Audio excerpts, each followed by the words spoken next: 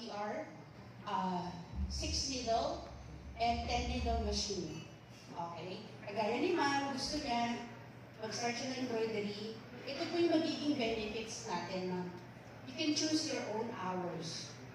Kung halimbawa, meron kang work pa, full-time, magiging extra nyo siya na work with income.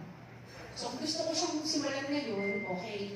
Pero pag pagod ako sa office, tapos pahinga konti, gusto ko simulan ng gabi, okay lang din. Because you control your time. Okay? Kasi nasa home-based business tayo. Ang machine namin, ang advantage namin is as a startup business, hindi po ito yung mga multi-heads, yung madami. Yung sa isang head, may 16 needle, tapos 10 heads, madami. Yun kasi kaagad ang perception ng tao. Pag embroidery, isang malaking production, hindi po. Si brother is, we created it for you guys. Para maumpisahan ninyo ang sarili ng business. Okay? Second is, you can choose your location. Yung aming machine is very compact. Ganyan. Ina-travel siya from one place to another. Uso kasi ngayon yung mga pop-up stores. You can bring it there, sell your items there. Like, ito po, yung mga ginagawa natin. You know what? Pag nag-trade shows kami, pagka nag-ooperate yung machine, so ang rasa ng tao ang dami. It attracts people. Naku-curious sila kung anong meron doon. And then once they saw it, minsan na-encourage sila to do the business. Pero since meron na kayong, sabihin na natin, existing na kayo, it's easy for you guys to manage this one. But it will take few skills and then at the same time, experience pa rin. Okay? Mamaya, yung ating mga guest speaker, sila po ang the best resource natin. Paano sila nag-start? Paano bumalik yung kanilang investment, o we call it return of investment.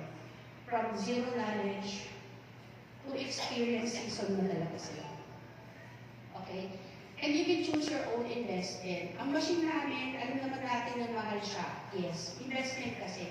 But it is an income-generating machine. And it will last from 5 years up to now. Kasi ang pinakaunang machine ng brother is yung PR600 pa. Up to now, they still using it. Okay?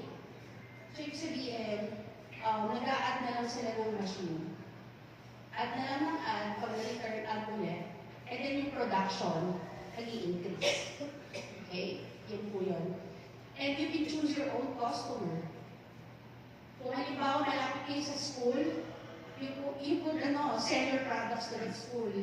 If you want companies, you can tap the companies that you want, yung mga company logos, uniforms, or even government. Lalo po ngayon kasi malapit na Christmas, so ang demand for personalized items, mga corporate giveaways, is increasing. And after Christmas, hindi pa yung matatapos, it's because election is getting nearer on, next year.